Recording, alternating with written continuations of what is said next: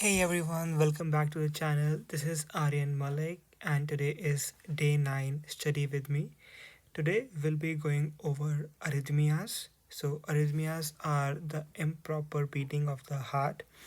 So, let's understand about lethal arrhythmias.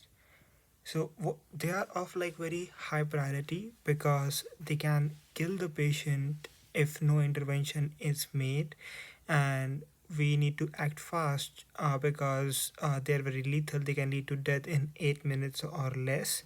And the two arrhythmias that are most lethal are asystole and ventricular fibrillation. So, what is common between asystole and VFib? They don't have no cardiac output, and hence which leads to no perfusion, and if it lasts longer, the patient will ultimately go towards death. So, a question is, a patient has asystole or VFib. How high do you prioritize that patient? That would be the number one priority for a registered nurse. Now let's talk about potentially life-threatening arrhythmias. So these are life-threatening, but not as dangerous as asystole and VFib.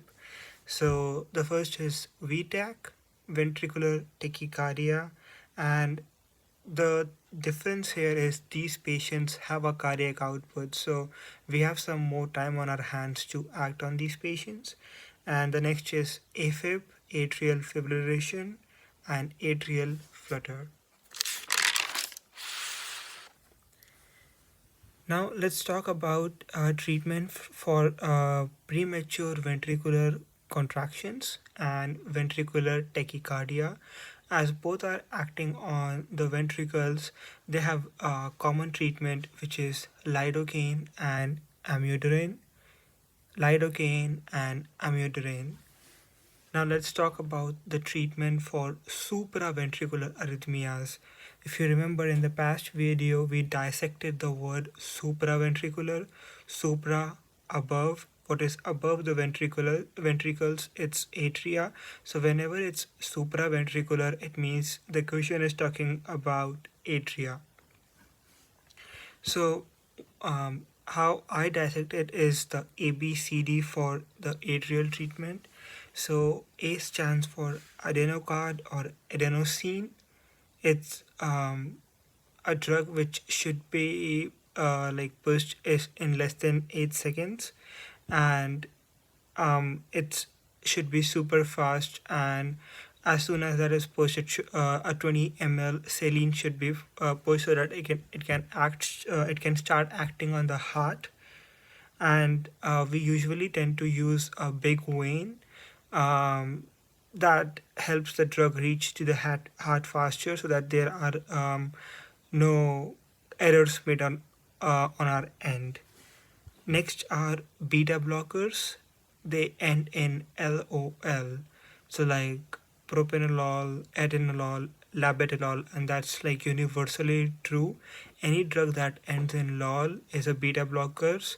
So one thing to know, and they have characteristics similar to um, calcium channel blockers, the one we discussed yesterday, and they are also like Valium for heart. They are cardiac depressants, which means they have negative negative chromo, and negative dromo. And we also talked about how they act. They are A. So A is they are anti-angina, they are anti-hypertensive, they are anti-atrial arrhythmias, and their side effects also similar to calcium channel blockers are headache and hypotension.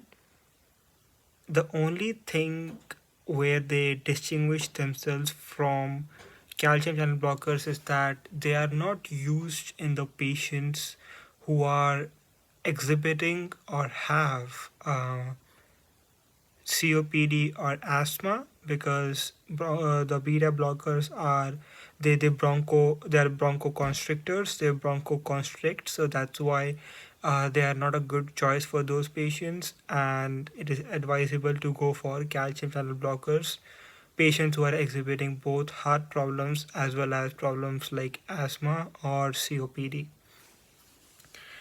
The C stands for calcium channel blockers, we talked about them, and D stands for digitalis or digoxin, or sometimes called as lenoxin. The thing to be remembered about this drug is that it should be tailored according to age, lean body weight, and renal function.